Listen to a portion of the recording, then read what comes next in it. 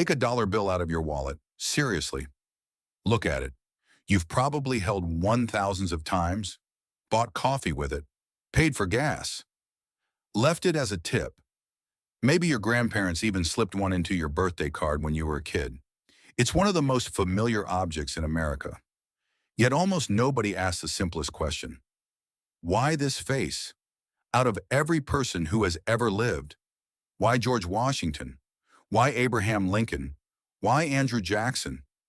Then everything suddenly becomes even stranger because the face on America's most famous bill, the $100 bill, doesn't belong to a president at all. It's Benjamin Franklin. He never sat in the Oval Office. He never won an election. He was never called Mr. President. Yet millions of people around the world recognize his face instantly. So, how did he end up there? And here's something even more confusing. America has had more than 45 presidents. Some led the country through wars. Some changed the economy forever. Some inspired generations. Yet most of them have never appeared on a single dollar bill. Not once. So who made these choices? Was there a vote? Did Congress decide?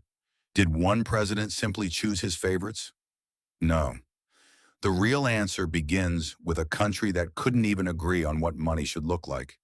Because there was a time when American cash was so confusing. People carried books just to figure out whether their own money was real.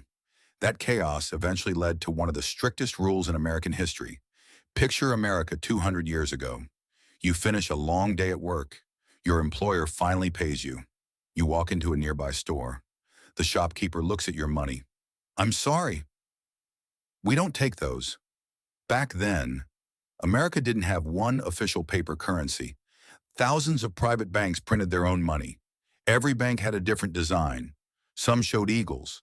Others showed ships. Some showed farmers. Others showed factories. Counterfeiters loved it. Ordinary Americans hated it. The country needed one trusted currency. But that created a new question. If every American carried the same money, whose face should represent the nation? Then the Civil War arrived. The government needed one national currency. Some politicians wanted living heroes on the bills. Others argued that was exactly what kings and emperors had always done. America had fought a revolution to escape that idea. So one rule was created. No living person could appear on United States currency. That rule still exists today. Then came George Washington, not just because he was the first president, but because he willingly gave up power. He could have become king. Instead, he walked away. That decision helped define American democracy. Then came another surprise. The man on the $10 bill wasn't a president. Alexander Hamilton. He built America's financial system. He organized the nation's debt, created the first national bank, and convinced the world to trust the young United States. Without Hamilton, the dollar might never have become what it is today. Then there's Benjamin Franklin, scientist, inventor, diplomat, founding father, never president. Yet his work helped create the nation itself. That's why his face appears on the $100 bill. Abraham Lincoln tells another story. He preserved the Union during the Civil War. He guided America through one of its darkest chapters.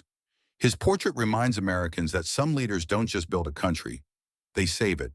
Then there's Andrew Jackson, one of the most controversial presidents in American history. Some admire him, others believe he should be removed from the $20 bill. His legacy still divides the nation. For years, there have been proposals to replace him with Harriet Tubman. But change comes slowly. Updating currency means changing ATMs, cash registers, vending machines, banks, and countless machines across the country. That's one reason America's money changes so rarely. Look closely at every bill. You'll notice something. Many famous presidents are missing. John Adams, Theodore Roosevelt, John F. Kennedy, Ronald Reagan. None appear on the bills Americans use every day. The faces that remain tell a larger story. Washington represents the birth of the nation. Lincoln represents preserving it. Hamilton represents its financial foundation. Franklin represents innovation and diplomacy. Every bill in your wallet is more than money. It's a piece of American history. The next time someone hands you a dollar, Take another look. You're not just holding cash, you're holding the story of a nation. And one final question.